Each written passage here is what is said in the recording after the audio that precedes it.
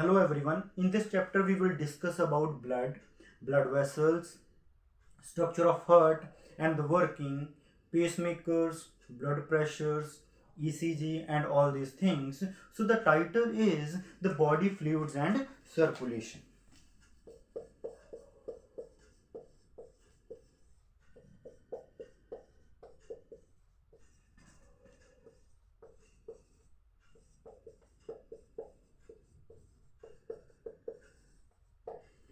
As we are starting this chapter, let's understand few basic things before discussing all these structures.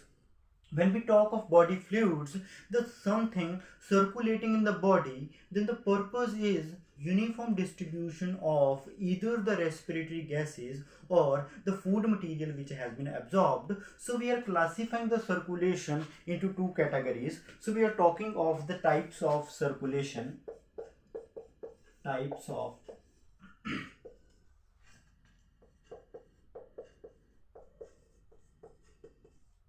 and we are classifying it on the basis of where the circulation is getting takes place, whether it is inside the cell or between the cells. So the first type of circulation is the intracellular circulation.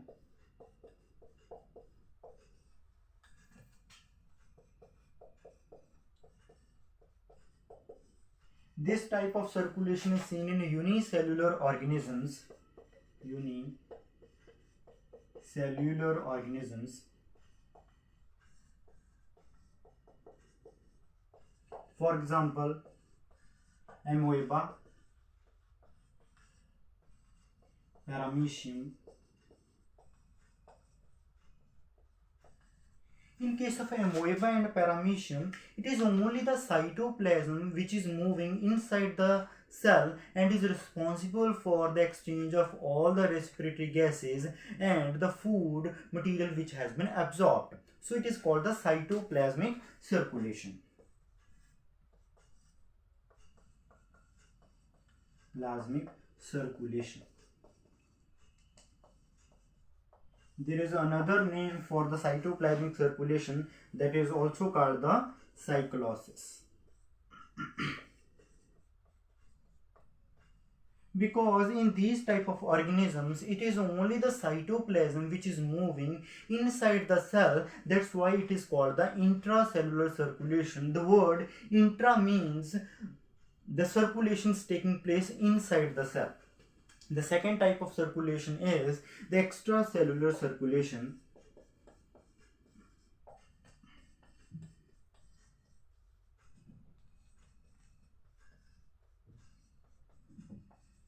This type of circulation is seen in higher animals like humans. Higher animals like humans.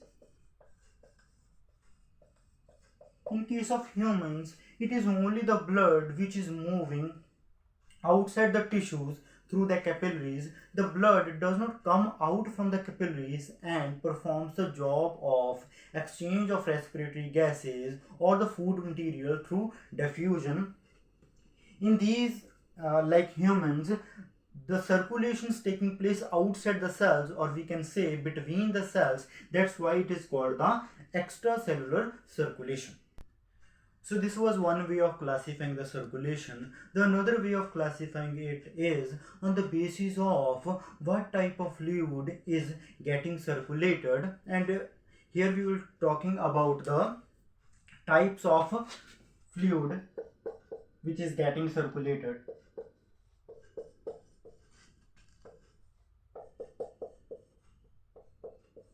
Fluid, and here we will talk of whether it is some outside fluid which is helping in the exchange of gases or the nourishment, or whether it is the fluid which is already present in the body. In the previous classification, we have classified the circulation on the basis of the place where the circulation is taking place, whether it is inside the cell or between the cells. And here we will talk about what type of fluid is getting circulated. So the first type is the environmental fluid circulation.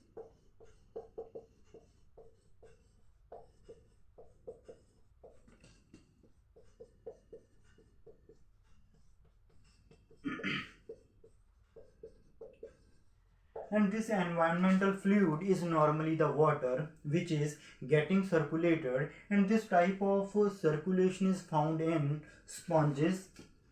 And in this type of circulation, this is normally the water which helps in the exchange of gases or the absorbed material, and this is found in environmental fluid circulation is found in sponges,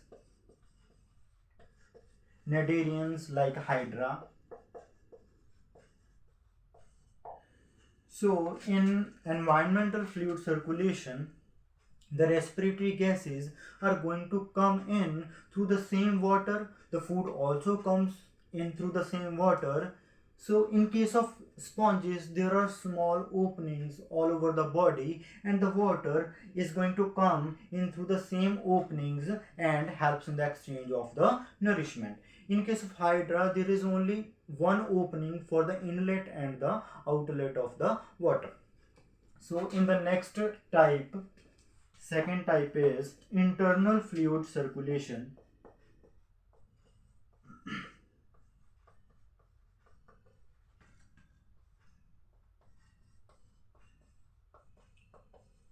That means it is the fluid which is already present inside the body and helps in the exchange of the respiratory gases or the absorbed food material. And this type of circulation is found in humans, that is in blood vascular system.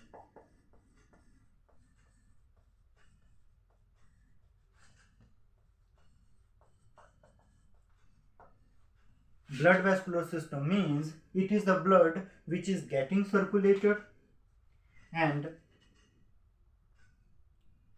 this is blood vascular system. And hemolymph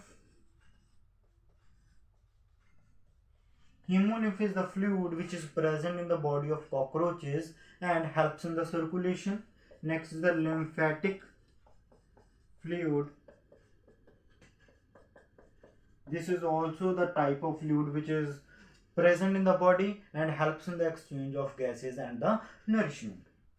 So this was the classification of the circulation. In the first type, we have talked about the environmental fluid circulation, where the something external fluid is present.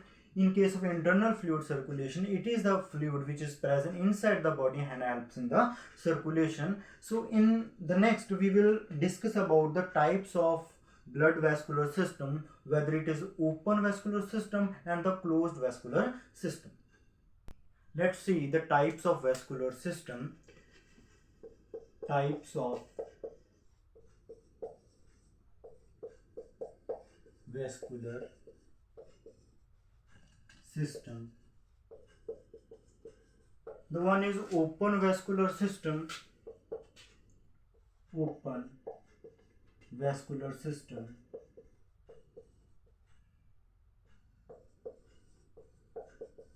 We can also say the open circulatory system.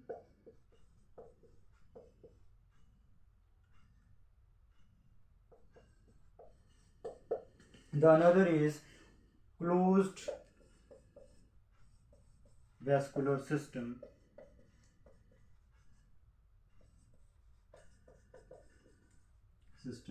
And it is also called closed circulatory system. When we talk of open vascular system, the blood comes out from the blood vessels, and the organ or the tissue is actually dipped into that fluid, and the exchange of the respiratory gases or the nourishment, or we can say the food material, takes place directly between the organ and the blood. And in case of closed vascular system, the blood never comes out from the blood vessels, and the exchange of the food material and the gases takes place between the blood and the organ through diffusion. So in case of open vascular system, blood comes out from the blood vessel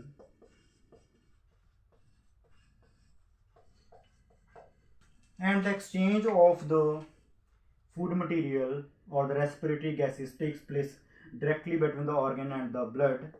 Exchange takes place directly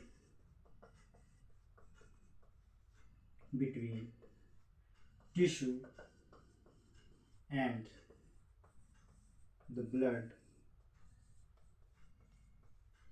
And in case of closed vascular system, the blood does not come out from the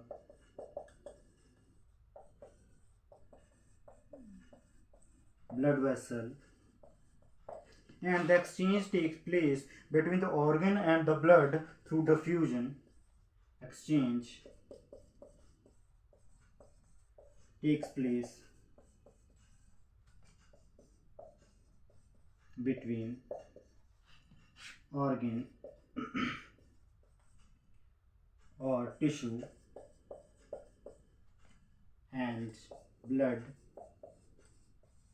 through diffusion.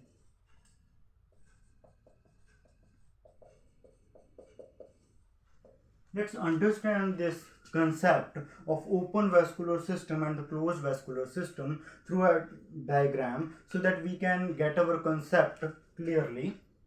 So in case of open vascular system, suppose this is the blood vessel which carries the blood and it pours the blood into a depression